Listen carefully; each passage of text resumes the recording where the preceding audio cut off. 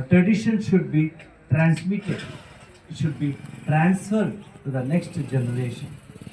ಇವಾಗ ಊಟ ಹೆಂಗೆ ಮಾಡ್ತಾರೆ ಗೊತ್ತಲ್ಲ ನಿಮಗೆ? ಅವ್ರು ಯಾರೋ ನಾನು ಬರ್ತಾ ಹೇಳ್ತಿದ್ರು, ನೀವು ಹೇಳ್ತಿದ್ದಲ್ಲ ಸಗಣಿ ಬಗ್ಗೆ ನೀವು ಹೇಳ್ತಾ ಇದ್ರಿ. ನೀವು ಡೆಟಾಲು ಆಮೇಲೆ ಅದೇನೇನೋ ಇದೆ, ಅದು ಅಂಗಡಿಗೆ ಹೋದರೆ ಲೈನ್ ಕೊಟ್ಬಿಡ್ತಾನೆ, ಎಲ್ಲ ಕೆಮಿಕಲ್ಲು.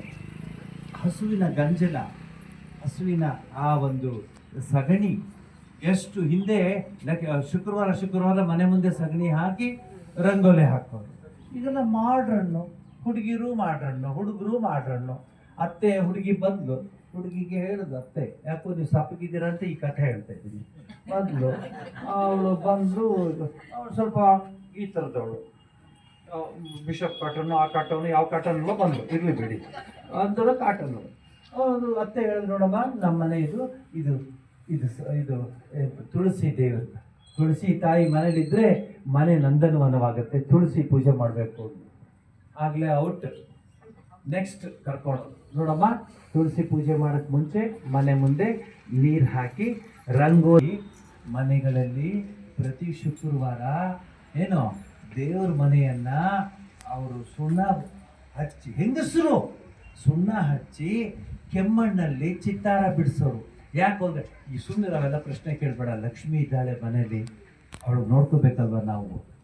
ಇಂಥ ಸಂಸ್ಕೃತಿಲಿ ನಾವು ಬಂದಂಥ ಭಾರತ ಇವತ್ತು ಎಲ್ಲಿಗೆ ಬಂತು ಅಂದರೆ, ಆಮೇಲೆ ಒಂದು ದಿವಸ ಹೇಳಿದ್ರು ಅತ್ತೆ, ಆ ಅತ್ತೆ ಇಲ್ಲಿಲ್ಲ, ಬೇರೆ ಊರತ್ತೆ, ಪಾಪ ಇಲ್ಲಿವರೆಲ್ಲ ಅಪರಂಜಿಗಳು, ಯಾಕಂದ್ರೆ ಬೇರೆ ಕಡೆ. ಅತ್ತೆ ಒಂದು ದಿವಸ ಹೇಳಿದ್ರು, 2 ದಿವಸ ಹೇಳಿದ್ರು, ಇವಳಿಗೆ ಸ್ವಲ್ಪ ಬೇಜಾರು ಆಯಿತು, ಕೋಪನೂ ಬಂತು, ಮಾಡ್ತೀನಿ ತಡಿ ಅತ್ತಗೆ ಅಂತ ಕೊಟ್ಟು ಮನೇಲಿರೋರೆಲ್ಲ ಚೆನ್ನಾಗಿರ್ಲಿ ಅಂತ ಮಾಡೋದು. ಯಾರೂ ಯಾವ ಮನೆಯವ್ರೂ ಡಾಕ್ಟರ್ ಹತ್ರ ಹೋಗ್ತಿರ್ಲಿಲ್ಲ ಹಿಂದೆ.